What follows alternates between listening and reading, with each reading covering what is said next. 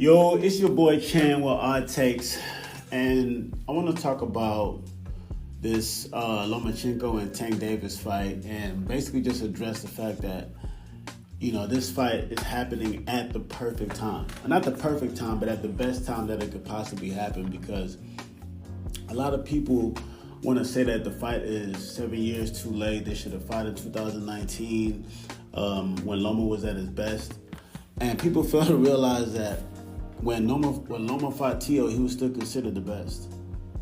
Remember, he already had a loss on his record. And when he fought Tio, he wasn't old, but he lost. So they regarded Tio as, the head of the new generation, and he goes on to lose to Kambosos. So now we're just kind of lost, like, okay, who's the best? I mean, we can't say it's Loma. We can't say it's Tio. We can't say it's Kambosos. They wanted to say it was Devin Haney, but Devin Haney beat Kambosos, which we don't really hold in high regard. So you can't even count that. So it's really up in the air. And they don't want to say Tank because they feel like he's not fighting the best opposition. But people fail to realize that in boxing, not just in boxing, anything, it's a business. It's not a hobby. So these fighters that people say want to fight early, there's no money to be made. I mean, if you think about the fact that you have your promotional company and you have your best fighter, you want to go ahead and just donate your fighter over to Top Rank and have them fight free on ESPN, and these guys can be potential household names, and first of all, you cook it too early, you pull it out the oven too early, and you don't make no money out of it. Like, imagine if Tank was to fight Loma at 130 and beat him, and fight Tio and beat him, and that was before he had a name. And then, given who he is right now, the pay-per-view buys that he's accumulated right now, like, who would he be fighting right now? Who would be his big fight right now? Who would be the guy that would be able to bring, millions of pay-per-view buys? Which one of these guys have shown since those times that they're a big name, that they have the potential to be a household name? None of them. Not Loma, not Tio, not Devin, not Shakur. None of those. Ryan Garcia, we see his state of mind right now. None of those four kings, or whatever you want to call them, none of those guys have shown themselves to be a household name except for Tank Davis. And the fact that he's at this position right now and nobody has met him, nobody has matched him, he has now, of course, put in a position with this new deal with Amazon to be able to fight who he wants to fight and have the money already be there. But before, the money wasn't there. So why would you sell yourself short as a business, putting your cash cow out there just to fight in a fight where if he wins, what does he gain? Bob Arum was lowballing them back then. So Tank Davis and his team, they moved him perfectly. Like, you didn't see it in the beginning, but you see it now. They started off putting his name behind Floyd, having him fight in Floyd undercards. And, Floyd was the biggest name in boxing. And a lot of his fans just naturally became Tank fans. And when they see the product that Tank puts in the ring, you have no choice but to be a fan of it, for real. For you to hate Tank, you have to love another fighter and wish that other fighter was doing what he needed to do. Wishing that guy was, building up his name how he was supposed to build it up, winning the fights that he was supposed to fight. If you're a Loma fan, I mean, how do you feel when he loses to Tio? How do you feel when he backdoors and loses to Devin Haney? If you're a Tio fan, how do you feel him losing to Kambosos? And then arguably losing to Sandor Martin. Arguably losing to Jermaine Ortiz, depending on how you want to look at it. What do you say about these guys? A Ryan Garcia who already lost the Tank, but then he beats Devin and then pops dirty. How do you feel as a Ryan Garcia fan? Same with Shakur. I mean, Shakur, of course, had great fights, but then his last fight was horrible. And I don't really blame him because he's doing what he does, but he's not entertaining. That's not an entertaining way of fighting. And, his other fights that he's fought, it's entertaining, but the problem with Shakur, he has no killer instinct. He doesn't want to finish him. We want to see you stop somebody. So these guys haven't built their names up, but Tank Davis and his team has done a good job. When they realized that they wasn't going to make any money with the Loma fight back in 130, they went and got a pay-per-view fight with the biggest name that they could find within their stable in Leo Santa Cruz. And that fight did decent for the circumstances. That was the middle of COVID.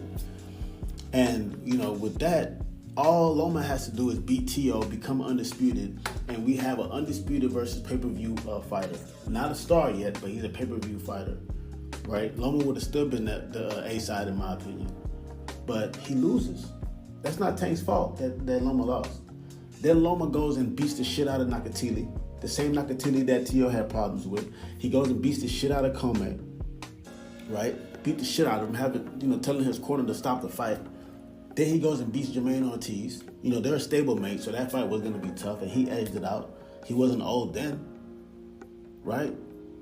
And then now it circles back around again. Devin Haney is now undisputed. He has a chance to fight Devin Haney, which he should have beat, right? If he beats Devin Haney, you have Tank Davis. I don't know if he fought Ryan Garcia yet at the time, but he was continuously fighting pay-per-view fights. So now you have a pay-per-view star at this point. And if you beat Devin Haney, now it's undisputed champion versus pay-per-view star. This is how it's supposed to be. That's the big fight.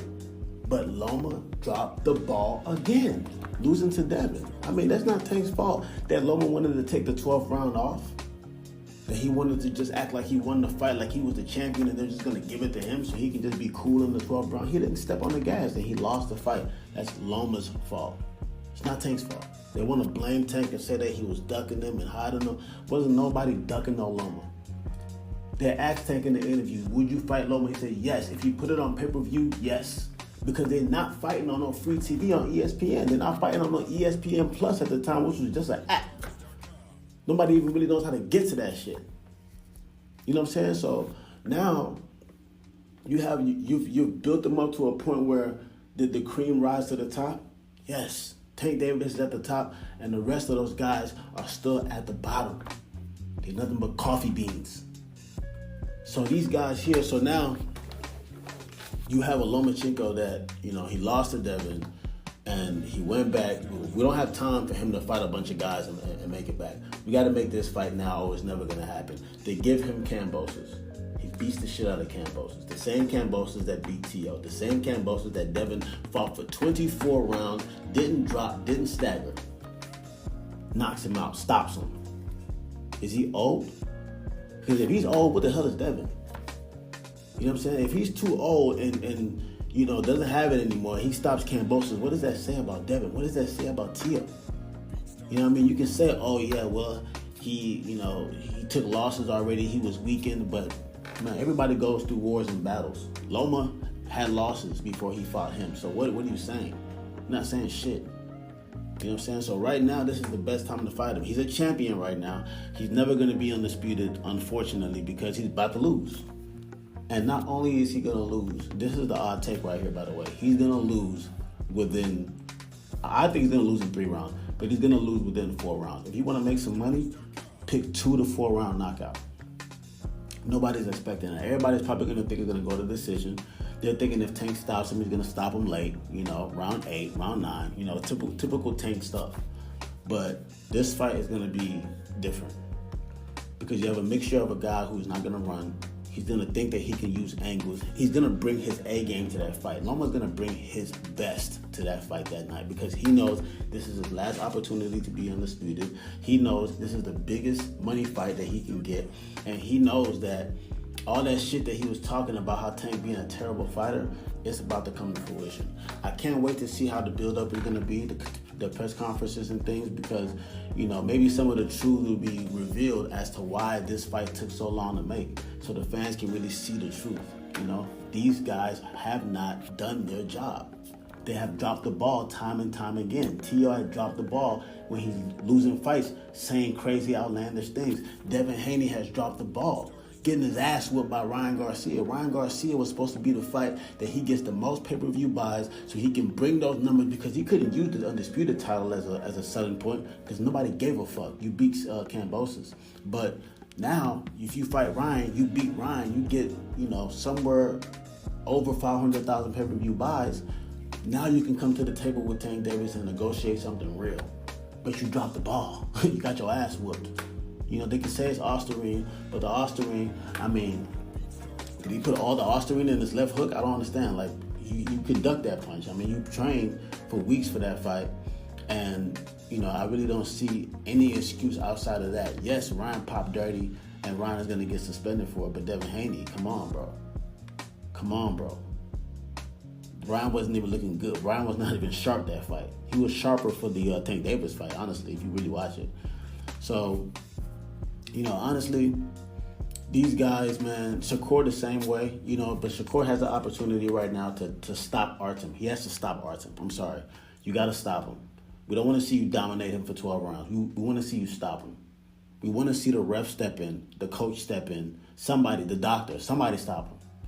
That's what we want to see in order to prepare ourselves for what's to happen, because he's going to fight Artem.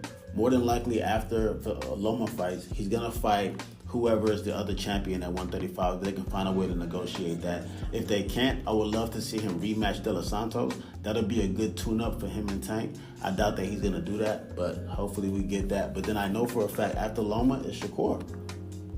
It's Shakur. And this Loma fight is going to sell big. Him and Frank Martin did over 350. Of course, some of that had to do with Benavidez, but not that much. You know, they're gonna sell over. You know, I'm predicting something close to 700 with this Vasyl Lomachenko fight. You know, and possibly the same range with Shakur, because Shakur is not really that big of a guy unless he can do something that can really get his name up there. You know, change his persona, you know, and start stopping people. You know, honestly, the biggest fight, quiet as kept, the biggest fight that's going to be made for Tank Davis moving forward is going to be Pitbull Cruz. Because you heard it here, Pitbull Cruz, if he fights T.O., he going to beat the shit out of T.O. You may not like it. He's going to beat the shit out of T.O., mark my words. People were saying that Rolly was going to beat him. I don't understand why they thought that.